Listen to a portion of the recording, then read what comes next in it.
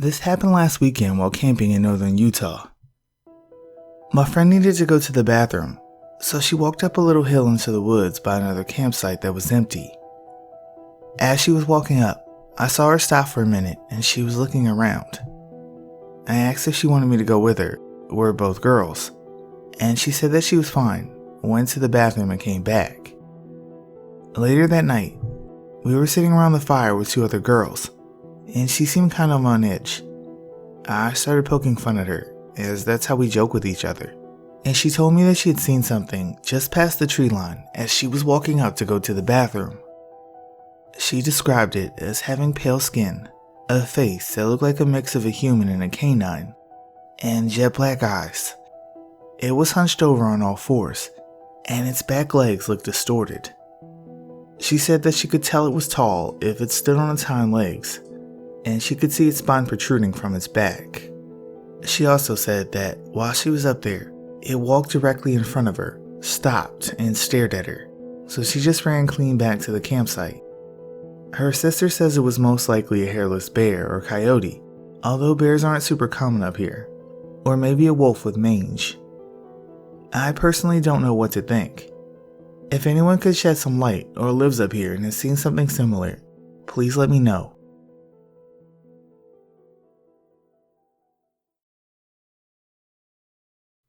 I hike a lot, and this past winter, I saw footprints I couldn't explain. I live in Arizona, not far from the Navajo reservation. I am Navajo. In the middle of nowhere, there are ruins of an abandoned house. There is no roof, just adobe walls, a dried up old well, and a dilapidated travel trailer. Somebody broke into the travel trailer long ago, and pack rats built nests inside the trailer. I've never been inside the trailer because I avoid mouse droppings due to hantavirus fears. I use the abandoned house and travel trailer as landmarks in my hikes. So this past winter, I went on a hike. At the abandoned homestead, I saw footprints of a small child. No adults and nothing else. The footprints were 5 inches long and 3 inches wide, and they looked like the soles of sneakers or something a child would wear. I also saw evidence that the child dug around inside the travel trailer, taking out things from within. There was a hodgepodge of household items lined up neatly in a row: steel skillet, hammer, roofing nails, old Coleman fuel containers, old-fashioned glass bottles, etc. Wondering if I was seeing the tracks of a runaway or lost child, I decided to track the footprints. The tracks led away from the homestead, across the plains, and up the side of a mesa. 3 miles away, the tracks intersected a dirt road. At the dirt road, I found tire tracks from a car. The car was parked parallel to the dirt road. The child's footprints walked to the driver's side of the car and got in. The car tracks then did a 3-point turn and headed back in the opposite direction. Confused about the tracks, I visited my elder. I relayed my story, and my elder offered an explanation. He told me that I tracked a Skinwalker. He also told me they have the ability to make their bodies and footprints small. He told me a story of how the magic works. He said the Skinwalker was probably looking for something of value inside the ruins.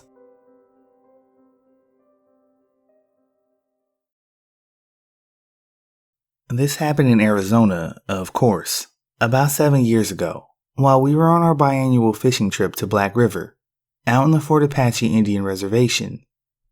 Each year, we take this little dirt road only accessible via 4x4 vehicles all the way until it ended. The only people we ever saw out there were cattle ranchers that never really went past the tree line, which was about a half-hour drive from where we camped. Needless to say, we were always way out in the boonies. There was one way in and one way out, and we camped at the very end of this road. This trip in specific was our 5th year going to the same spot. And twice a year, this would be about our 11th week-long trip at that spot. Never saw another soul outside of our party of 5, all 10 other times. We'd get up super early, sometimes a little before the sun, to get everything ready to go and fish all day, wanting to get as much fishing in as possible before it got dark. This experience happened on day 3 of 8. We were up eating some breakfast, instant oatmeal packets and protein bars for anyone curious, and getting our gear ready to go for the day. The sun wasn't up quite yet. We still had lanterns and headlamps on to see. With all of us right there, we hear footsteps coming from the road. We all look up and see two middle-aged Native American men walking down the road. They had no gear with them, both looking straight forward and not even acknowledging our existence. They walked straight past us up the trail along the river. We were spooked because we'd never seen anyone there in the many times we'd been. We figured they may have been camping a bit further up the road. We went down the same path a bit later, and about an hour in, we hear rustling from the other side of the river. Then, we see a fawn burst out of the trees and start running downstream. A few seconds later, two very mangy coyotes come sprinting out of the same spot chasing the deer down. They eventually cross back into the woods and disappear from view. Over the next 5 days, we never saw the two guys again. If they had had gear, I wouldn't be suspicious of this. However, to avoid us on the way back, they would have had to go extremely out of their way to get back to that road, and it really wouldn't be feasible.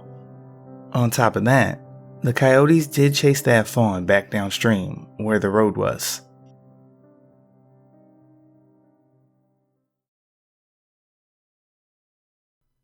When my grandmother was younger, she was walking home from school. When she got to the farm that she lived on, she saw the figure of her mother out on the field, waving to her and yelling her name, beckoning her to come to her. My grandmother ran into the house to leave her backpack before going out to the field. But when she got into the kitchen, her mother was there cooking. There was no way that her mother managed to get in the house before her. Could it have been a Skinwalker or a Wendigo? This happened in northern Sweden, so it shouldn't be possible that it was a Skinwalker, right? It was clearly her mother's voice as well, so I don't even know what to think.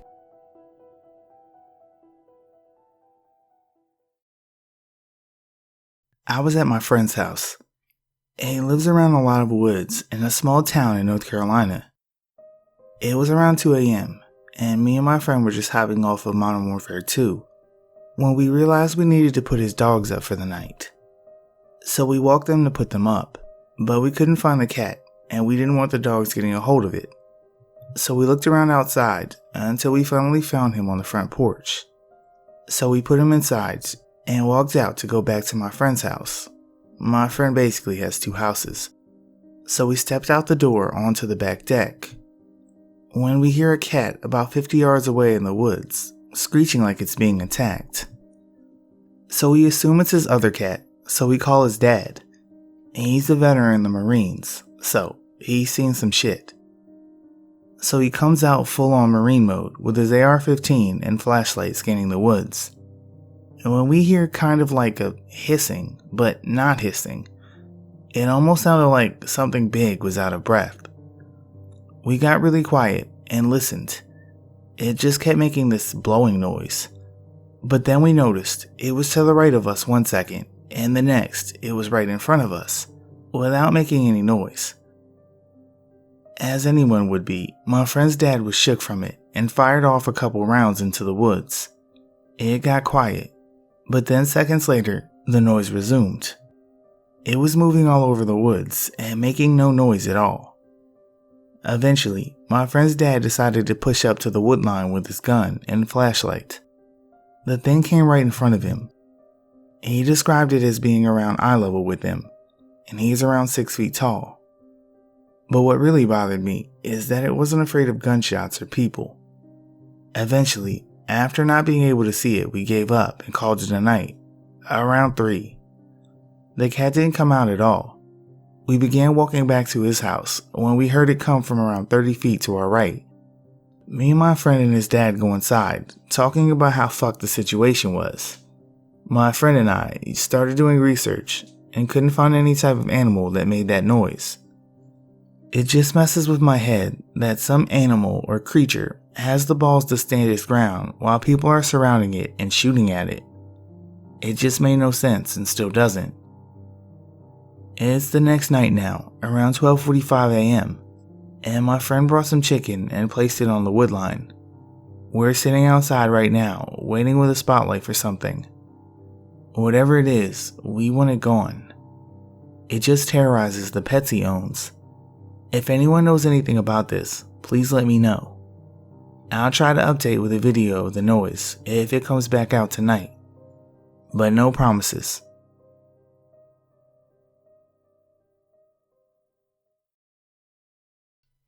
I've only had one experience with a Skinwalker, and while I didn't see it, a lot of people who write stories about them really hit the nail on the head when it comes to the atmosphere. I didn't see anything, but there was just an oppressive presence all around me. My fight or flight kicked into overdrive, and something primal in my heart of hearts was telling me, you are not supposed to be here. There was also an overpowering scent that was an awful combo of shit, rotting flesh, and copper. So strong I could taste it. Needless to say, I fucking hightailed it out of there, and I've never been back. This was in the Arkansas Ozarks, summer of 2012, I believe.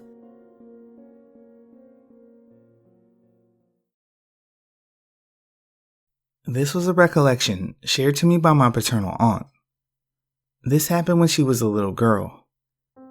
In the past, it wasn't uncommon for some Navajo families to be very large, 8 to 10 siblings on average. Being the youngest, she recalls that it was her and her older siblings' duty to herd the sheep to their summer camp in the mountains. The kids were sent on foot with the flock and sheepdogs. Many households had single cab trucks if they were lucky, so it would be unfair for the parents to take some kids and not the others. So only the parents rode in the vehicle and would await the kids at camp, hauling water and packing summer clothes and essentials such as imperishable food items. The majority of the RAS didn't have running water or electricity, and no paved roads at all. She said it took a little under 2 days to walk on foot all the way to their sheep camp if they took a shortcut through a canyon. On the first day, the sun is beginning to hang low in the sky, and they decide to make camp. She explained that, back then, there were many hogans scattered across the res that didn't have permanent inhabitants. They were built with the same intentions as the reasoning behind hunters' cabins, to temporarily provide shelter for hunters, or in this case, sheep herders. She said that these hogans often had corrals for wary shepherds to house their sheep or livestock for the night and continue on their way the next day. Ranchers and locals would upkeep these safe houses sporadically. She remembers clearly being instructed by her mother which hogans were meant for that purpose, and the ones that had people die in them and were off limits, making them uninhabitable according to Navajo tradition. In place of a door, there was a tattered, moth-eaten blanket hanging from the doorframe. On the inside of the east-facing entrance was a plyboard. It was meant to be leaned up against the doorway and prevent wild animals from entering when occupied. Her older brothers gathered wood and started a fire. The smoke went up the stovepipe in the center of the hogan. She remembers everyone being fatigued and tired after a long day's march. The dirt floor provided a familiar and comforting smell. They laid their sleeping bags out. The plywood board was put up against the doorway. The brothers found long logs to leverage against the board. Staring at the smoke escaping through the smoke hole, she could see the stars and the dark night sky. The smoke hole was unusually eroded away, making it seem wider than typical smoke holes.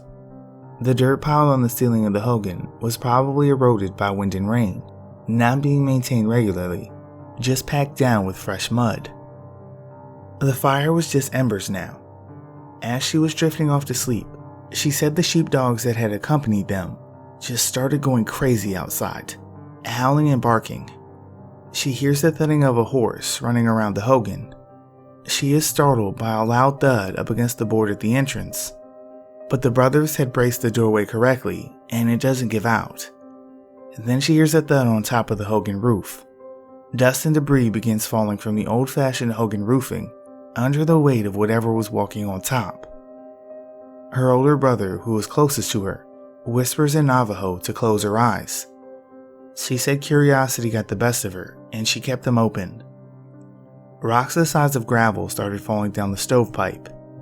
The Skinwalker was deliberately throwing heavy rocks down the stovepipe, making loud metal scraping noises as they fell into the Hogan's fireplace. In the dark, her eyes dart from the low glowing embers of the fire, upward, following the deep blackness of the stovepipe and out the smoke hole. There were no glowing eyes, as she would have expected, just the silhouette of the head and torso of the Skinwalker peeking in. She described it as having ears on top of its head like a coyote or dog, but the ears weren't of the canine variety. The ears were elongated and pointy. In the darkness, she said they looked like donkey ears, but were positioned on a coyote-like head. She spent a few moments frozen and staring at the creature, never having seen anything that resembled it in nature. It was unaggressive and only watched them for a while, eventually dismounting from the roof, and the familiar thuds of horse hooves off into the distance. The dogs howled and whined after it, but they never left their post at the sheep corral.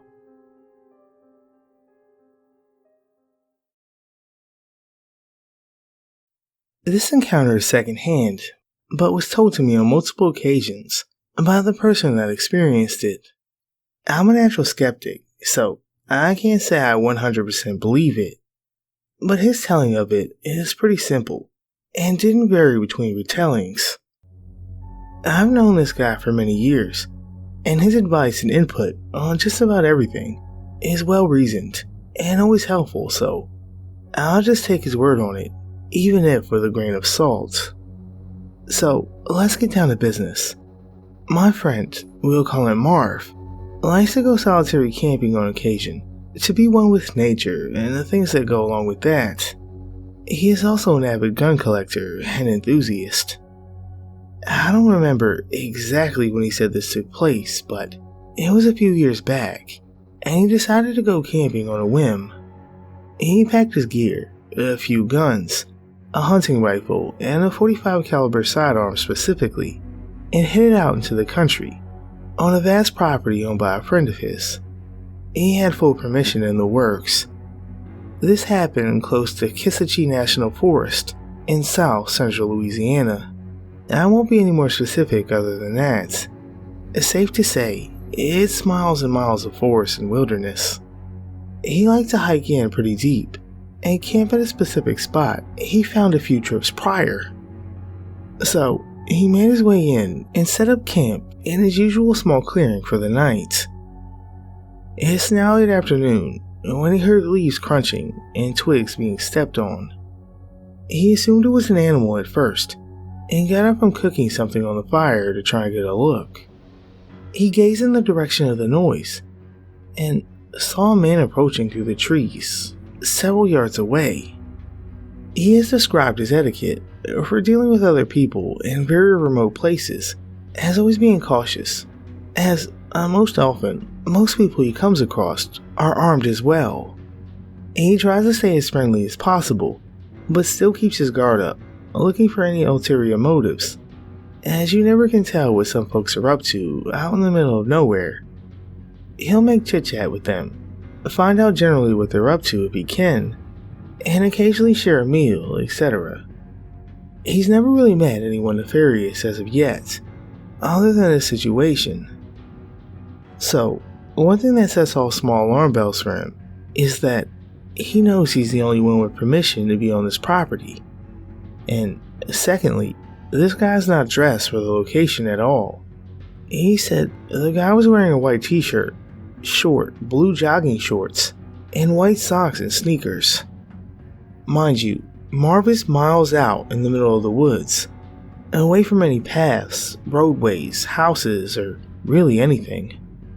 Nobody is going to casually stroll into his current location dressed like that, unless they are lost or confused. It was early fall, but not quite cool, very normal for Louisiana. So there's a ton of mosquitoes, ticks, and other insects aplenty. You're definitely not going to have most of your skin exposed in the deep woods if you can help it. I know this all too well from personal experience.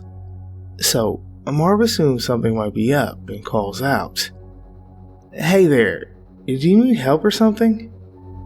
pretty loudly, definitely loud enough to be heard. The guy keeps walking forward, staring directly at him. Marv is starting to get unnerved, and as I said, I know this guy well, and he's cool as a cucumber in a tense situation. Getting more uneasy as the guy is closing the distance, he gets to his feet and loudly declares, "Hey man, can I help you with something or what?" The guy is 15 to 20 feet away from Marv now, is standing at the edge of the clearing in the forest. The guy, looking Marv dead in the eyes, finally speaks and says clearly, "Help me."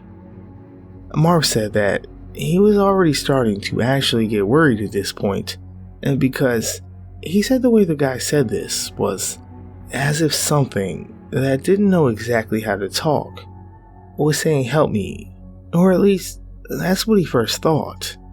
It just didn't sound right. The guy, still not moving, says, "Help me." Again, slightly more emphatic, but really just louder. Marv said this is when he picked up on what was truly wrong about this. He said the inflection of the voice was more female and actually sounded like a recording being played back, and the guy's lip and mouth movements weren't matching up with the phrase. It was like he was just opening his mouth, emitting the phrase and closing it again. Marv asked, "What do you need help with?" Not daring to move. The guy, still standing motionless and still looking directly at him, repeated the phrase another 3 times. Marv, now totally unsure what the hell is going on, interrupts the guy. "Alright, you need to fucking go now, unless you actually need my help. Do you need my help or not?" He continued loud and firm. The guy didn't miss a beat and started up with the help me's again, and took another step in Marv's direction. Marv told me that he did the only thing that made sense in the moment, and drew his .45, pointing it at the guy and telling him, "You need to fucking go. I don't care what you want." The guy starts to get more animated and agitated, starting to say the phrase louder now, over and over, but not stepping closer or backing away. Marv did what he thought was right given his current predicament, assuming that he was dealing with an unstable or potentially dangerous individual, and discharged a round into the ground in front of the guy. This is where it gets fully batshit crazy, as the guy stops uttering the phrase, goes silent, and still staring at Marv, full-on backflips like gymnasts do, back into the woods and immediately out of sight. Now, I know what you're thinking because I had and still have the same reaction. That sounds like bullshit, but Marv gave no indication of falsehood and told me this multiple times, each time in dead serious demeanor. Marv said that the guy backflipped away effortlessly, as if pulled back by an unseen tension coil. He described it as completely humanly unnatural and totally out of place. Marv said he stood there, focused on the forest where the guy had just flipped into, and saw and heard no further movement. It was like the guy had never even been there. He stayed like this as the sun began to set, and the normal night noises crept in. As I mentioned before, Marv is a pretty unshakable fellow, and actually stayed in the area for the night and next night before returning with no further incident. And when he had told me and some other friends about this, of course, we had asked many questions. We asked him to elaborate on the guy's speech sounds. He said the more he thought about it after the incident, the more sure he was that it was definitely a female's voice coming from the guy. It was like he, or it, had heard someone say this and mimicked it like a parrot or other talking bird would, almost like a lure. He doesn't know what it wanted. He, or it didn't give any indication to follow or say anything else. Marv has been back to the property since with no other strange occurrences.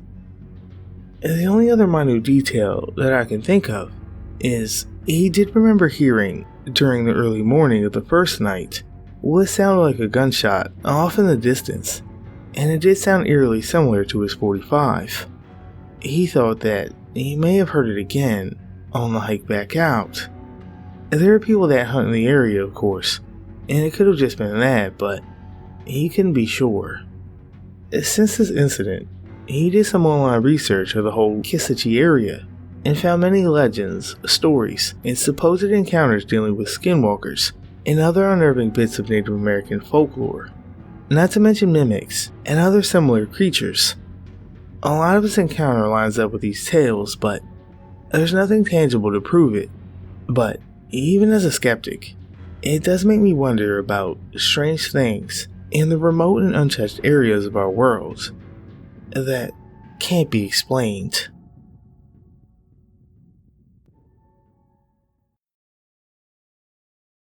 I just got home from a road trip, and I've been thinking about something I saw and can't make sense of. Maybe some of you have seen something like it. My wife and I were driving on Highway 97 South near Mount Shasta, California. It was about midnight, and we were driving through a heavily wooded area without any street lamps. We rounded a corner when I saw something fast and low to the ground dart across the street, about 50 or 60 yards ahead of us. I saw the glowing animal eyes and a body that was the size or shape of a big dog. We saw animals the whole road trip, and like usual, I asked my wife if she saw it, and she confirmed. The body wasn't 100% clear because our headlights hadn't reached the section of the road yet. When we got to the exact point in the road where the animal crossed, we looked to that side to see if there was anything there. There was a man dressed in army fatigues walking down the road. He didn't look at us, he just kept walking. It was pitch black and he didn't have any type of light with him. He was only lit up by our headlights. We both got full body chills when we saw him, because we were definitely expecting to see an animal. I know that area has a magical, mystical history with a lot of unexplained sightings. This is unlike anything I've ever experienced before. We were totally creeped out. I still can't make heads or tails of this, so I figured I'd post it here. Has anyone else had something like this happen to them?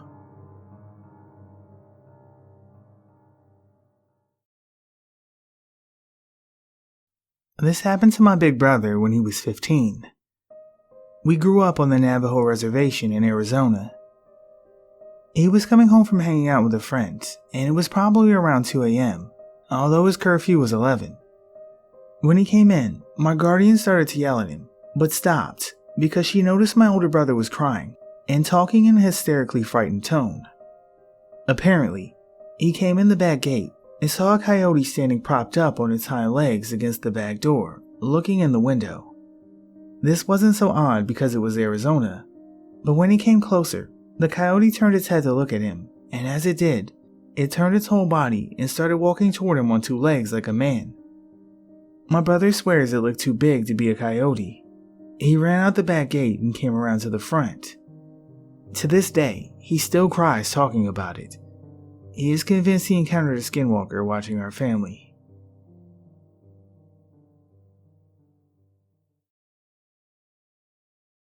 Some backstory. My boyfriend and I just bought our first house in June, on a lake about an hour northeast of Seattle, Washington. Aside from the lake community we're a part of, there really isn't a large population around here. We're in between a few larger towns, but they're all about a 20-minute drive from where we live. Our house is backed right up against the Cascade Mountains. We're pretty much the last bit of population before the mountains begin. About 30 yards from our driveway is a dead-end road that turns off the main lake road and goes back into the woods a few miles. There are a few gated Forest Service logging roads that branch from this road. My boyfriend and I ride our dirt bikes up these roads, and they themselves go on for miles. But there really aren't any other houses in this area, except for a few that are all on the main dead-end road. Before taking the dirt bikes up it, I had walked up this road a few times exploring the area, and it always felt a little odd to me. My boyfriend has said things like, "This road is creepy even in broad daylight." It totally could have been that it was just very wooded in most spots and therefore shaded, and the lack of houses that made it odd, but I stopped walking up this road for this reason. When we moved in, I was dog sitting my friend's pit bull, Bella. She was about 70 pounds and was a total fearless brat. She was kind of aggressive with other dogs, and even with some people. I would walk her up the dead-end road pretty often while I had her because there were hardly any houses and no traffic. One day, we were about 2 miles up the road and had come down a small hill onto a flat, treeless area where there was an old abandoned barn and a large field that the road cut through.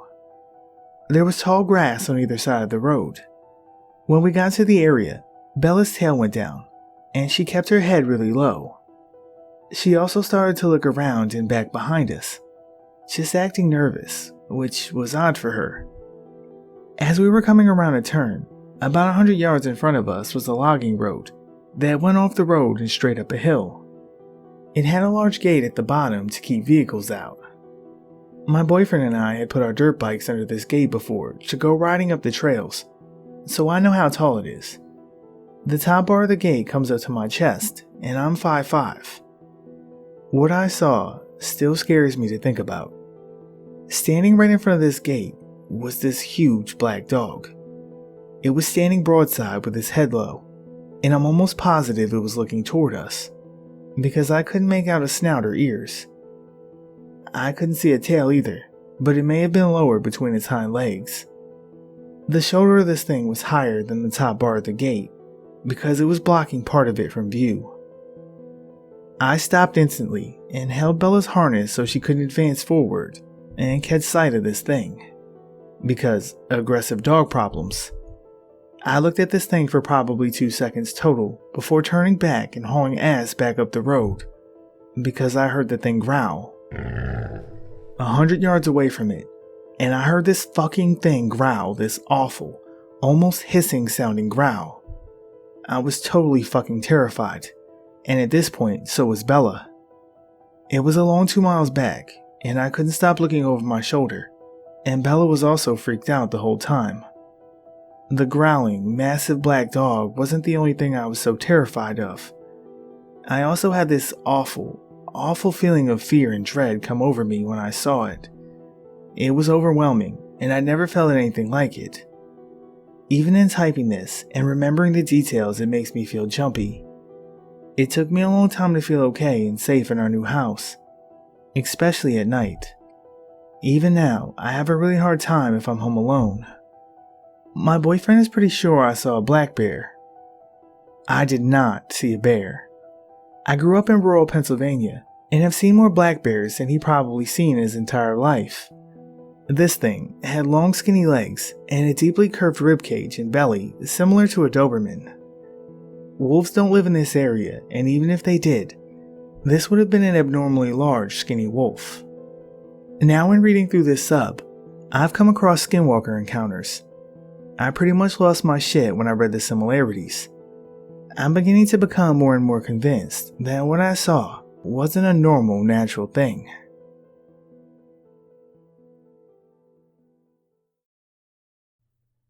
This story takes place about 2 years ago.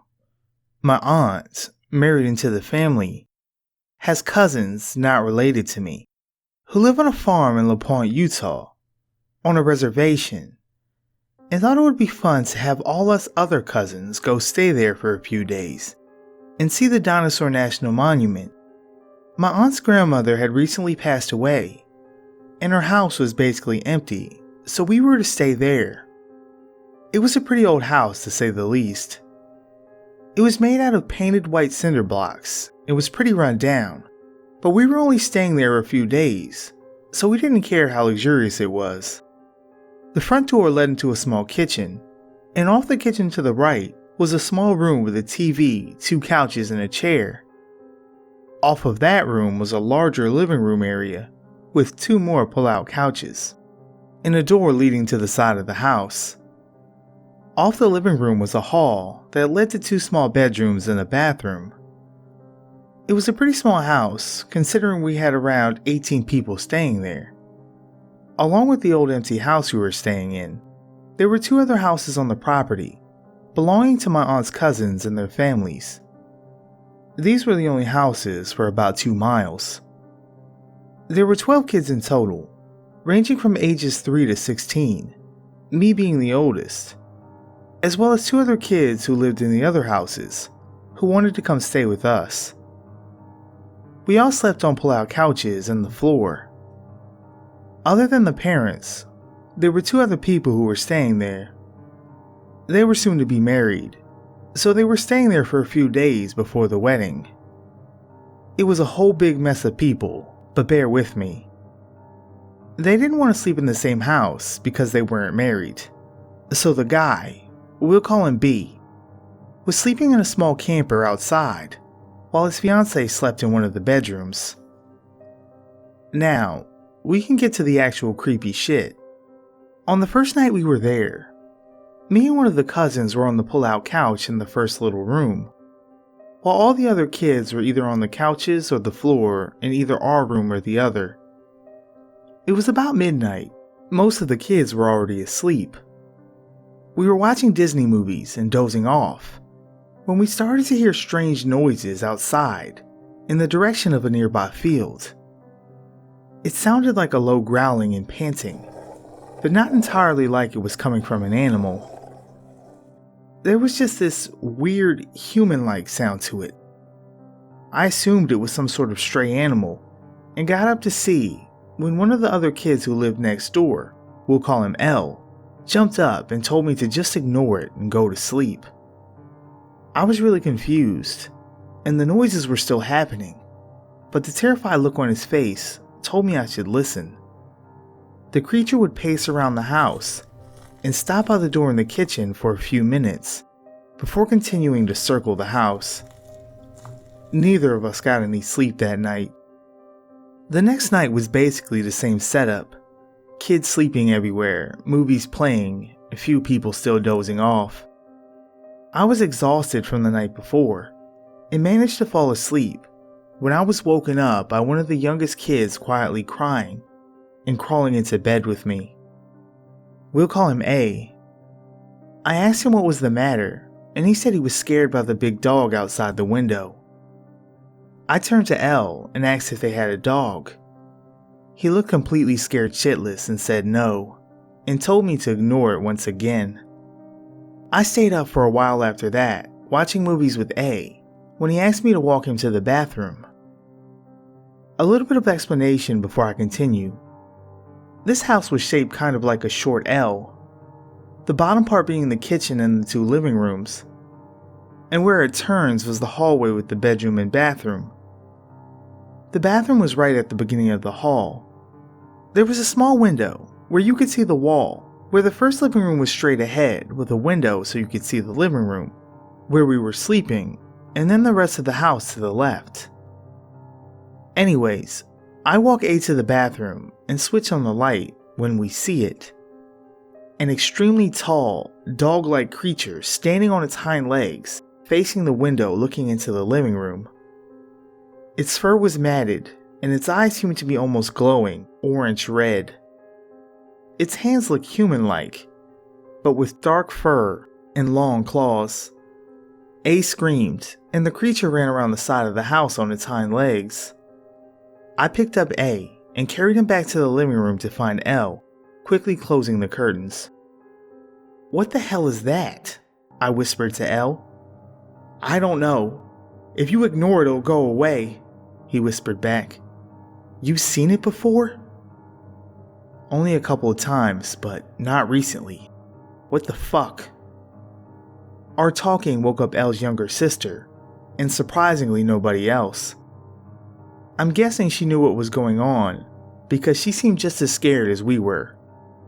I sat A down on the bed and turned the TV up louder, drowning out the sounds the creature was making outside, and hoping to calm A down a bit and take our minds off whatever the fuck we just saw.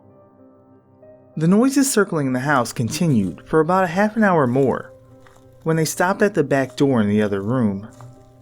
I peered my head around the corner to face the door. It was kind of like one of those doors that the top half is just a screen, and then there was another separate door that wasn't closed. The door handle on the first door started moving back and forth, and you could see the silhouette of something huge behind it. I rushed over and shut and locked the other door, trying not to wake everyone else, Just as I did, B, the guy sleeping in the camper outside, who was also Elle's uncle, burst through the kitchen door, slamming it behind him. Elle asked B what was going on, but he didn't say a word and rushed down the hall and into the bedroom his fiancée was in. He came out holding a shotgun and pulled a chair into the corner of the living room, giving him a view of both the kitchen and the back door. He gave us a look of both terror and anger. He told us to go to sleep. We didn't.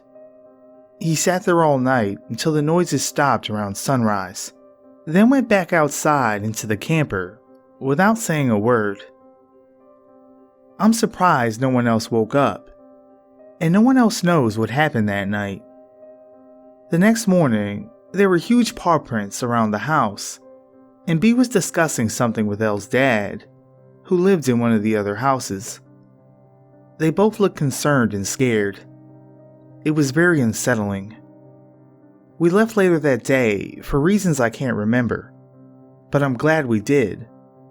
I didn't want to spend another night in that house, and I'm pretty sure what we saw that night was a Skinwalker.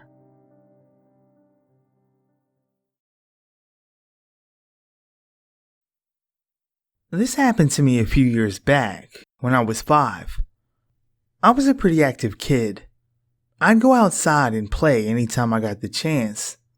That being said, because it was summer, I had every intention to run around outside, pretending with toy guns.